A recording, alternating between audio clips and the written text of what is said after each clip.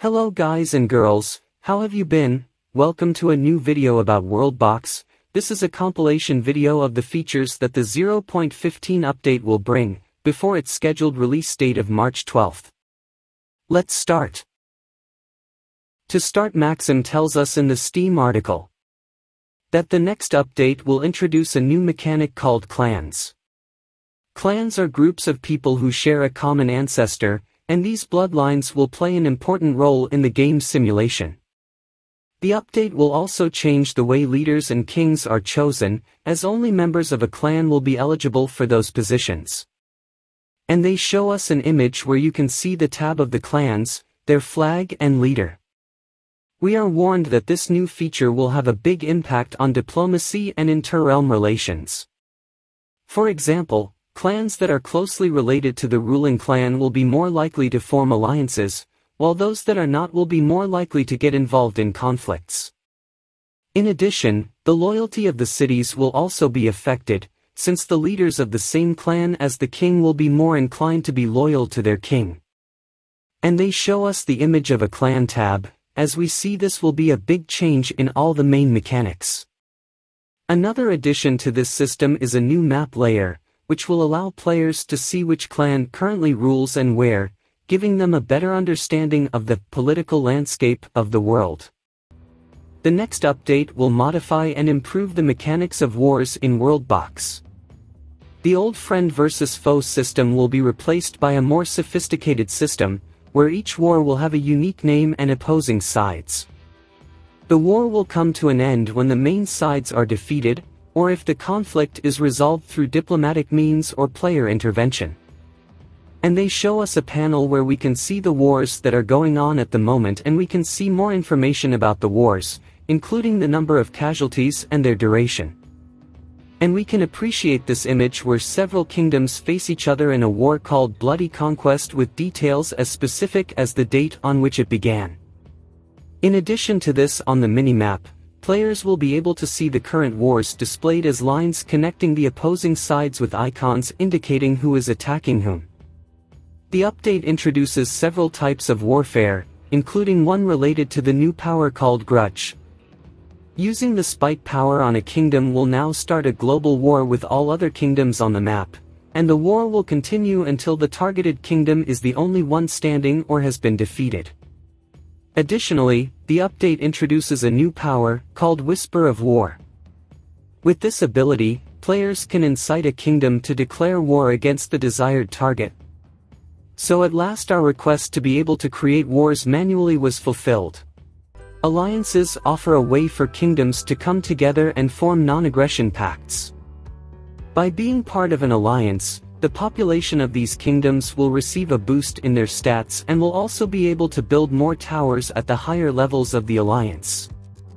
And it shows us an image of an alliance, where we can see the kingdoms that make it up, the founding kingdoms, the date it was founded, who founded it, and other data such as the population of this alliance, the military power, its level and experience, among others. If one kingdom becomes too dominant, other kings will be more likely to form alliances and fight together. This is what would cause alliances. Then we see an image of the interface where we can customize the logo, color and other properties of the alliance banner.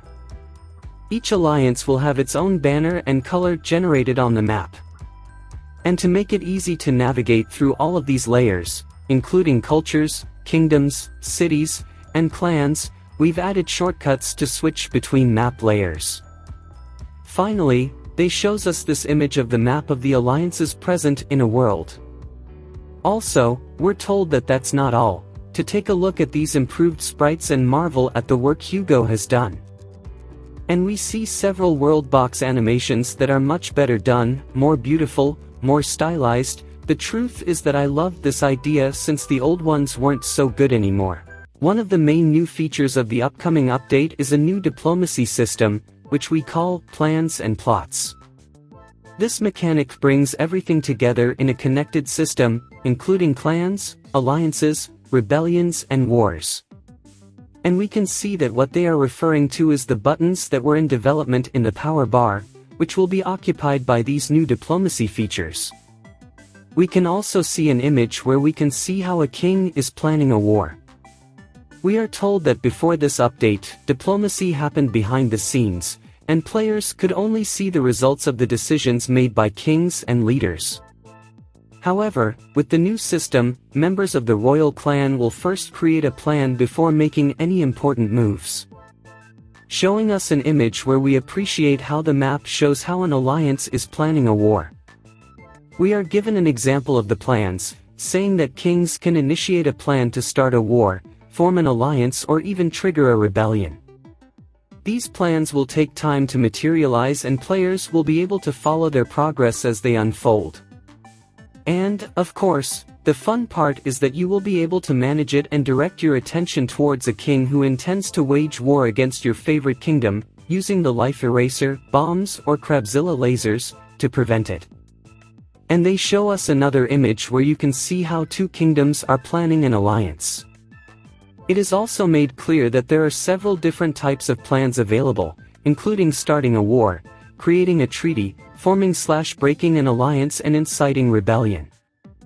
And that there are plans to add even more plot types in the future, but they will come in later updates. And we can see an image where two kings are planning an alliance. We see details such as who initiated it, when it was founded, and a percentage of experience that must be reached to consolidate. Finally, they show us the new animations that the ice and fire towers will have. Another great feature in the upcoming update is the new age system. And they show us a new section where we can view an age. This is the age of dust. We see that it is the year 152, that we are in the Meow month. And that the next age, which seems like a desert, will come in 550 years. With this we already understand that the mechanics of time and space will be added to the WorldBox, with years that will be divided into months, and that ages will come from the years.